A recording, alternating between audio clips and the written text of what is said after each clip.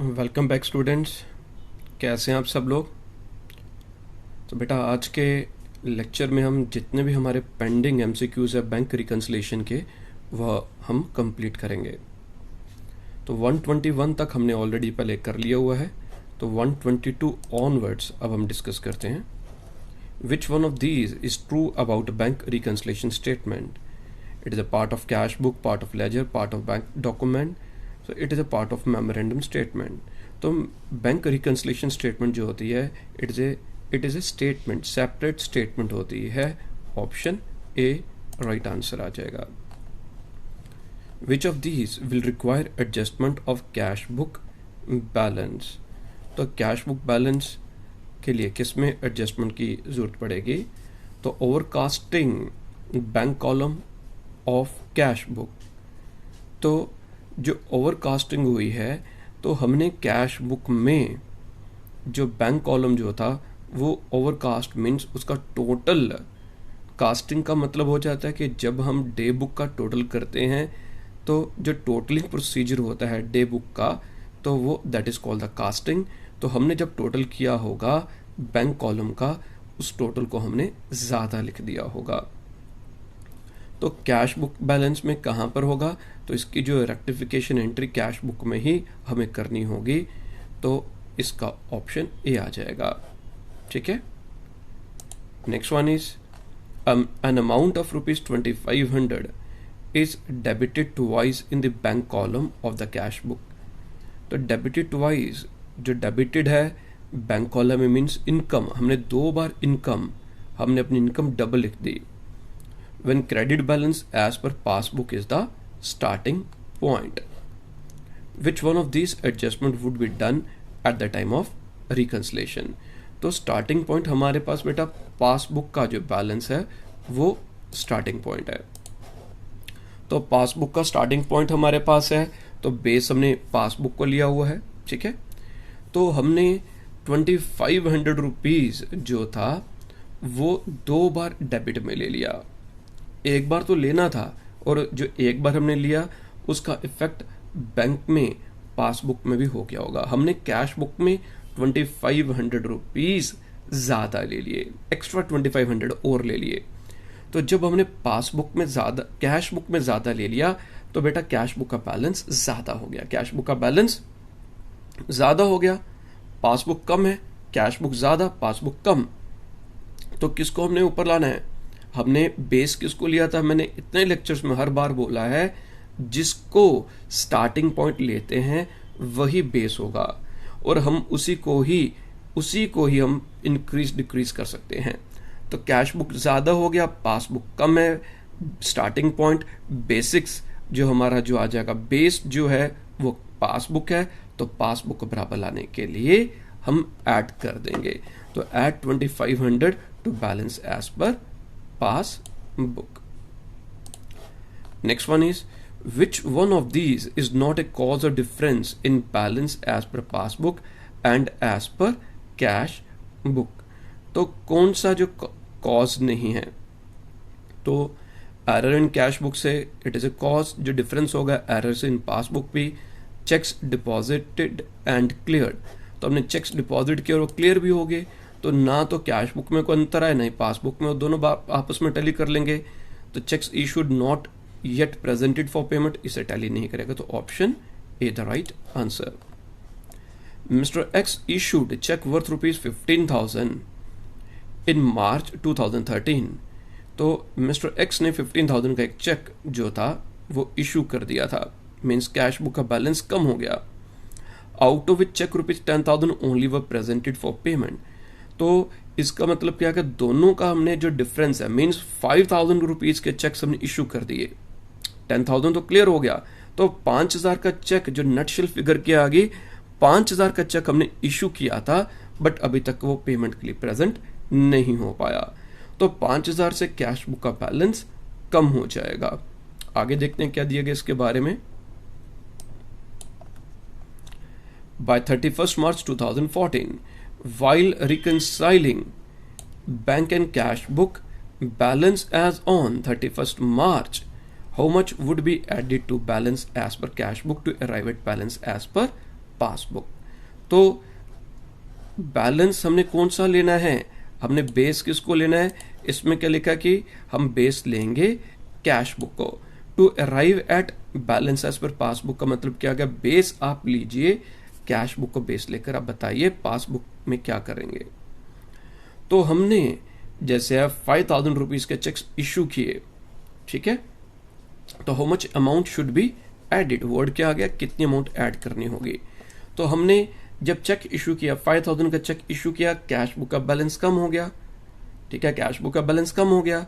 Base किसको लिया हुआ है, कैश बुक को बेस लिया है, तो कैश बुक को बराबर लाने के लिए हम 5,000 रुपीज ऐड करेंगे, क्योंकि 15,000 टोटल था, 10,000 रुपीज जो थे वो 10,000 तो पेमेंट हो गई है, तो 5,000 को अभी तक पेमेंट नहीं हुई। Next is which of these bank balances are shown in trial balance. तो ट्रायल बैलेंस में किसका बैलेंस शो किया जाता है, balance as per cash book show किया जाता है, पासबुक का नहीं शो किया जाता, सर्टिफाइड बाय स्टैट्यूटरी ऑडिटर भी नहीं, एज पर बैंक स्टेटमेंट भी नहीं, तो एज पर कैश बुक ही होगा। ठीक है जी। The next one is which of these statements is true about a bank passbook. तो बैंक पासबुक के लिए कौन सी स्टेटमेंट हमारी करेक्ट है, तो इसमें आप पढ़ लेंगे सभी। तो जो option B, passbook is a copy of customers account in bank's book, ये राइट स्टेटमेंट है। तो बाकी के ऑप्शंस राइट नहीं है, पढ़ लेते हैं। Passbook contains a copy of bank column of the customers cash book, तो ये कॉपी होती है, इन्होंने क्या लिखा, पासबुक क्या होगा, contains a copy of bank column, तो ये कॉपी नहीं होती उसमें। तो passbook contains a copy of cash column, cash column का नहीं होता। Passbook contains a copy of customers current account in cash book, तो कैश बुक में क्या है, तो ये भी ऑप्शन गलत है। Unfavourable balance as per passbook means which of these, तो unfavourable balance means as per passbook, तो पासबुक के अकॉर्डिंगली कौन सी है, ठीक है। तो बैंक ओवरड्राफ्ट ये अनफेवरेबल बैलेंस होता है एज पर पासबुक। और next is debit balance in passbook, तो जो डेबिट बैलेंस है पासबुक का वो भी अनफेवरेबल बैलेंस होता है। तो both first and second, debit balance in cash book ये पॉजिटिव होता है, ये फेवरेबल बैलेंस होता है। Next is bank reconciliation statement जो हमारी है इज प्रिपेयर्ड टू, किसके लिए प्रिपेयर की जाती है, रिकंसिलेशन के लिए होती है। और किसको रिकंसाइल करते हैं, reconcile cash at bank balance as per cash book with, तो ये option A right answer. Bank reconciliation is prepared by, किसके द्वारा बैंक रिकंसिलेशन स्टेटमेंट प्रिपेयर की जाती है बेटा, सोल प्रोप्राइटर कंसर्न के द्वारा प्रिपेयर की जाती है, पार्टनरशिप फर्म के द्वारा भी, कॉर्पोरेट बॉडीज के द्वारा भी, so it is prepared bye all of the above.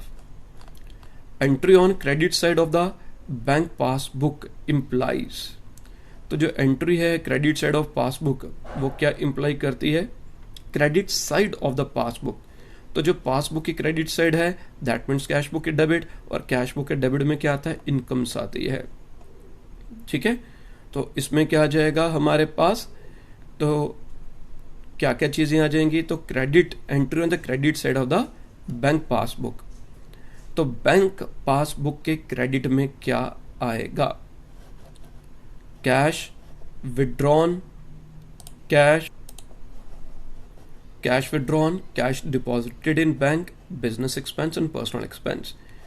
तो जो पासबुक के क्रेडिट में होगा वो कैश बुक के डेबिट में होगा।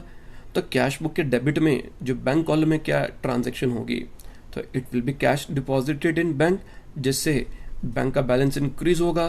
तो कैश बुक में जो हम डेबिट में मीन्स बैंक का बैलेंस इंक्रीज होगा, तो वही पासबुक में क्रेडिट साइड में लिखा जाएगा। तो ऑप्शन बी इज अ बेटा right answer. Entry on debit side of the bank passbook implies, तो ये वाइस वर्सा जो अभी हमने पढ़ा ये उसी का उल्टा होगा, तो वो आ जाएगा इसमें cash withdrawn. Credit balance in passbook means जो क्रेडिट बैलेंस है इन बैंक पासबुक, उसका क्या मतलब हो जाता है? It is bank overdraft? नहीं, बैंक ओवरड्राफ्ट जो होता है वो डेबिट बैलेंस होता है, पासबुक का अनफेवरेबल होता है। तो उसके बाद आ गया bank balance, balance as per cash book and total of bank account. तो ऑप्शन ई यहाँ पर बेटा बैंक बैलेंस, ये पॉजिटिव बैलेंस है तो ये बैंक बैलेंस आ जाएगा। नेक्स्ट क्या आ गया? 135th क्वेश्चन, डेबिट बैलेंस इन बैंक पासबुक मीन्स। तो डेबिट बैलेंस का क्या मतलब आ जाता है? तो डेबिट बैलेंस का मतलब होता है बैंक ओवरड्राफ्ट, अभी मैंने डिस्कस किया था। Which of these types of errors are not detected during bank reconciliation? तो किसको हम डिटेक्ट नहीं कर सकते? तो cash embezzlement by the cashier, उसे हम नहीं कर सकते क्योंकि वो कैश में हेरा फेरी की है। तो हमने बैंक रिकंसिलिएशन में जो हमने बैंक में पैसा जमा किया और जो कैश बुक उसको करते हैं। आगे देखते हैं, cash deposited but not credited, it can be detected. Casting mistake in bank column of cash book, it can also be detected. Next आ जाता है हमारे पास इंटरेस्ट ऑन कमीशन चार्ज, तो इसको भी डिटेक्ट कर सकते हैं। तो option A cash embezzlement by the cashier, it can not be detected during the bank reconciliation. ऐसे डिटेक्ट हो जाएगा जब हम फिजिकल कैश काउंट करेंगे, कस्टमर्स के साथ अकाउंट टैली करेंगे, तब इसे हम डिटेक्ट कर सकते हैं, बट बैंक रिकंसिलिएशन बनाते समय इसे हम डिटेक्ट नहीं कर सकते। विच of these documents is not required for bank reconciliation? Bank column cash book की जरूरत होती है, पासबुक की भी, बैंक स्टेटमेंट की भी, या पासबुक या स्टेटमेंट एक ही चीज होती है। तो चार्टर ऑफ अकाउंट की जरूरत नहीं होती। Next is, if we take a balance as per cash book, which adjustment will be added to the balance as per passbook? तो अगर हमने बेस किसको लिया? कैश बुक को बेस लिया। If you take balance as per cash book, base किसको लिया? Cash book को। तो किसको हम ऐड करेंगे? Which adjustment will be added to balance as per passbook, passbook के बराबर लाने के लिए। Interest given by bank, bank ने इंटरेस्ट दिया, दैट मीन्स हमारी पासबुक का बैलेंस ज्यादा हो गया।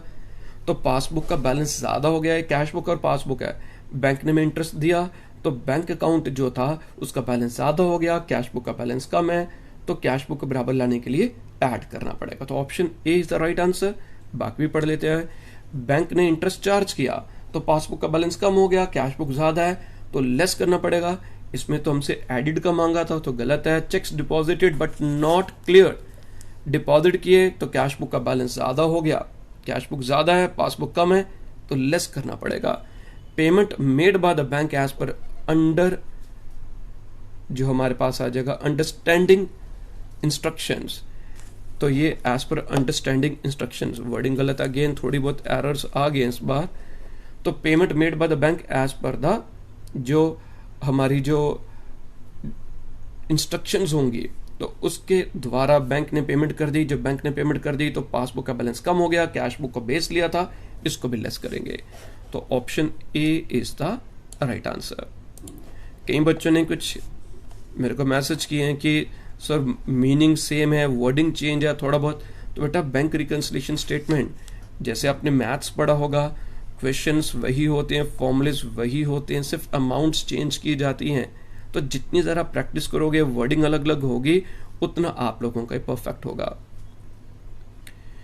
इफ वी टेक, अगर हम क्या लेते हैं, balance as per cash book, if you take balance as per cash book which adjustment will be deducted to the balance as per passbook. तो बेस किसको लिए बेटा? कैश बुक को, और किसको अब हम डिडक्ट करेंगे? इंटरेस्ट गिवन, बैंक ने इंटरेस्ट दिया, balance base cash book, bank ने इंटरेस्ट दिया, पासबुक ज्यादा, इसको ऐड करेंगे तो गलत। Interest charge by the bank, bank ने इंटरेस्ट चार्ज किया, पासबुक का बैलेंस कम, कैश बुक ज्यादा, इसको लेस करेंगे। तो option B should be the right answer.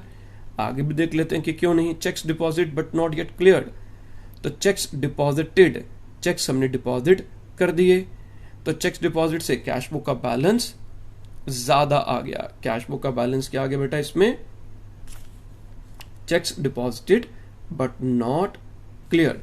तो कैश बुक का बैलेंस ज़्यादा हो गया, कैश बुक का बैलेंस, पासबुक का बैलेंस कम है, तो इसको हमें क्या करना चाहिए, which adjustment will be deducted to balance as per passbook, इसको लेस करना चाहिए।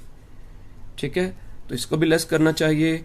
अब आगे भी देख लेते हैं, आगे क्या दिया गया है, इक्वेशन में कुछ गड़बड़ तो नहीं।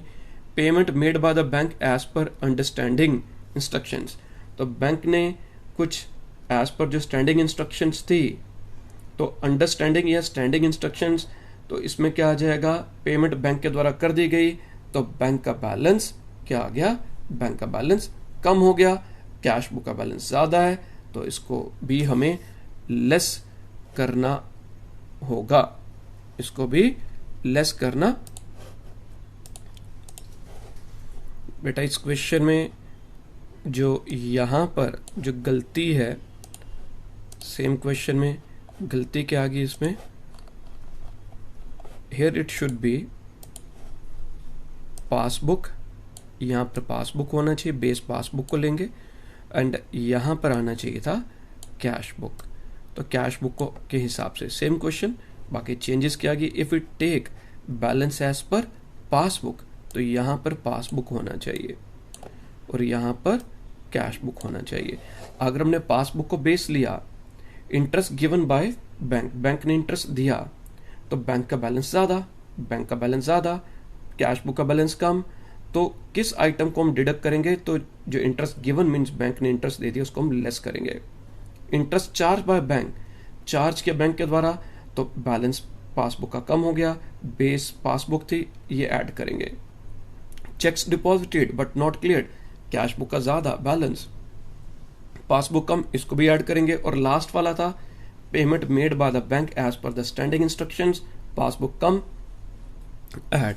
तो किस आइटम को हम डिडक्ट करेंगे, तो इसमें क्या आ गया, बैलेंस एज पर पासबुक होना चाहिए, तो ऑप्शन जो हमारे पास A is the right answer. तो एक यहां पर आगे गलती है, ठीक है। Next is which of the following error या mistake is not a part of bank reconciliation statement, तो कौन सा बैंक रिकंसिलिएशन स्टेटमेंट का एरर या मिस्टेक नहीं है। तो हम बैंक रिकंसिलिएशन पढ़ रहे हैं जिसमें एरर्स और मिस्टेक्स हैं, और इस पीडीएफ में जो भी मैं डिस्कस कर रहा हूँ थोड़ी बहुत मिस्टेक्स इसमें they have crept in, it has sneaked. कोशिश तो बड़ी की थी कि मैं जो जब टाइप करूँ तो वो गलती ना हो, बट वर्कलोड बहुत ज़्यादा था, तो स्टिल कोशिश करूँगा कि जब आपको मैं वीडियो लेक्चर समझाऊँ तो उन गलतियों को मैं क्लियर कर दूँ।